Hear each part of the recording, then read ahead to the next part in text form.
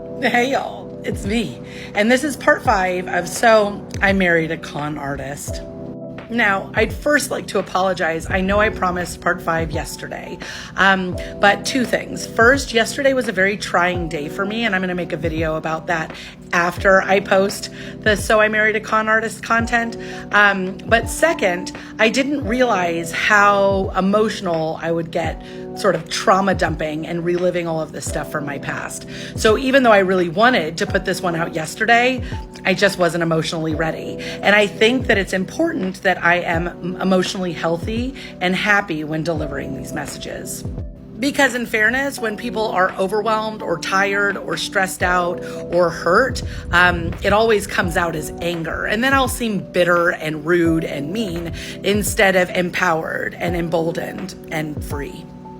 So in my 19-year marriage, my ex-husband loved to spend money, and he also loved to buy cars.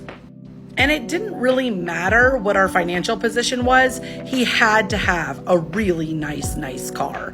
So when he was a drill sergeant and we were stationed in South Carolina, he went and bought a Chrysler Aspen with a payment of like $900 a month that we couldn't afford because he said we were keeping up with the Joneses and that all the other drill sergeants drove nice cars and he didn't want to look like a loser not having a nice car. And this man talked incessantly about wanting a Corvette, about how it was his dream car, he'd always wanted one, and I'm like, it's not really a practical car for you to drive, with 4 kids. And he drove that Chrysler Aspen for a while, and eventually we traded it in for, I think, a minivan for me. Now, I had never, in our whole marriage, gotten to choose like a nice car to drive. I was either stuck driving a station wagon or one of, I think, 3 Honda Odysseys. Now, don't get me wrong, a Honda Odyssey is a beautiful minivan, and it is an amazing minivan to have, especially when you have 4 children. But it wasn't sexy, we'll just put it that way. And when we went to Germany, of course, he needed to custom order a BMW M Sport. And he bought the flashiest BMW that he could. It looked like Superman's BMW M Sport. It was blue on the outside, had red interior. It was so nice. But that payment was almost $1,000 a month. And I was driving my, beat up minivan. So when we moved to North Carolina, when he was stationed at Fort Bragg, it was my time to get a new car. And I researched because I did not want to drive a fucking minivan anymore. And I found the perfect car for me. It was an Audi Q7, and I picked it out. I had it custom made. I picked out everything that I wanted inside and ordered it, and it was delivered, and I bought it. And there she is, my 2017 Audi Q7. Her name was Brenda. I fucking loved that car. And when did I get this Audi? We got it when my ex-husband retired from the military and he got a job in Bakersfield at AmeriGas. And so we traded in my minivan and his BMW M Sport and got my Audi. And I was so happy because he was going to be getting a company truck when we got to California. And as I kind of explained in episode 2 or part 2, my ex-husband had been planning for weeks and weeks and weeks on quitting at AmeriGas before he actually was almost terminated and then eventually terminated. And so he had told me, Heather, I'm going to need a car because, I'm going to lose my company truck. And of course, he had financed the Audi Q7 because he had the job when we were in North Carolina. And so I went and bought him a car and financed it in my name. And of course, he just had to have a Porsche. So I was driving the Audi Q7 and he was driving the Porsche, and everything was fine. I mean, our marriage was a complete disaster, but as far as the cars went, everything was fine. So eventually we separate, and I did not ask for the separation. My ex-husband did. He told me he didn't love me anymore. He didn't want to be a husband. He didn't want to be a father, and he wanted to go. So eventually I asked him to leave, and I'll tell about the circumstances of him leaving California in another episode. But he ended up leaving, and when he left, he said, I'm taking the Audi because it's in my name. You can keep the Porsche, because the Audi was almost paid off.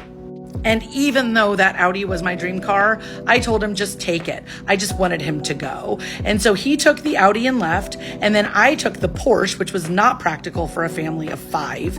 And I traded it in for a Subaru Ascent. So in the divorce, the Audi was awarded to him. So see, he got the Audi Q7 in the divorce, but I already knew that.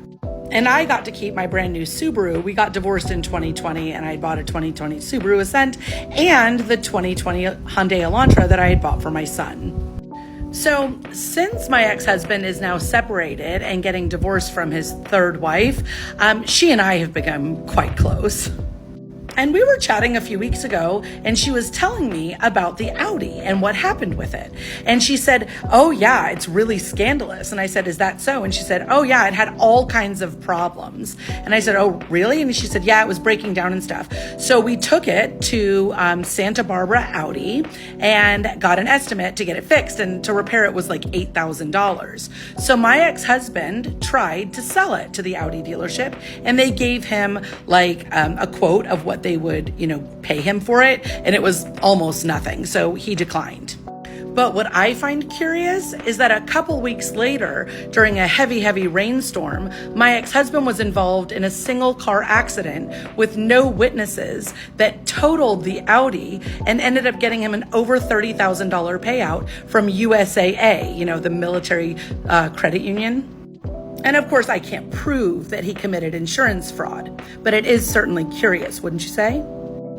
And when ex-wife number 3 and I were on the phone, she was like, oh, and that's not all. And I was like, is that so? And she said, yeah, no, there's more. So apparently her television broke. And so she called her renter's insurance through USAA to get the television repaired. And they said, I'm sorry, it's not going to be covered. And why, you say, would it not be covered? Because apparently in August, my ex-husband filed a police report that he had come home from work and the door was wide open and all of his belongings had been stolen. And he filed an insurance claim through USAA for stolen property on his renter's policy with his wife. And this happened in August of last year. And ex-wife number 3 said, nobody stole anything from us. We've never had a break-in.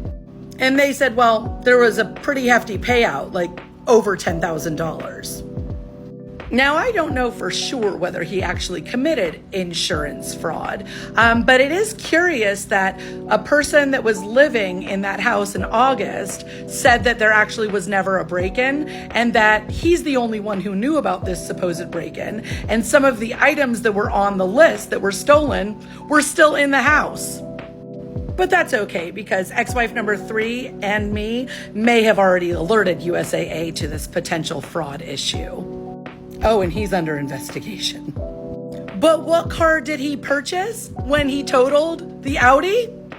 You fucking guessed it.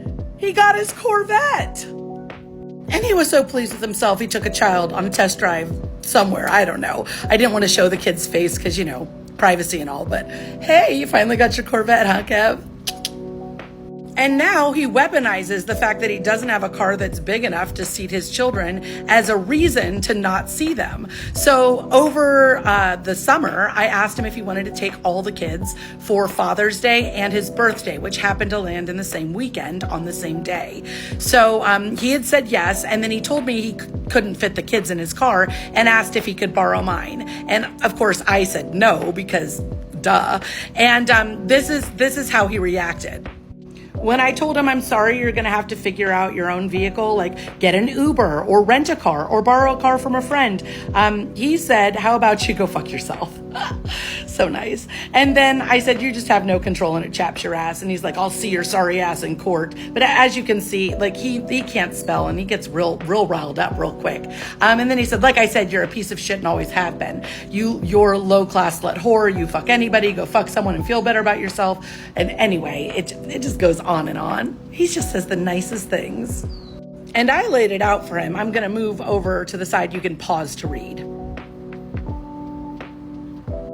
And if you thought that was juicy, the tea I'm about to spill is so hot, you better get ready, okay? Like it, share it, comment, do what you can to get this to pop off, because I'm telling you, it's about damn time. Anyway, I can't wait to share what's next.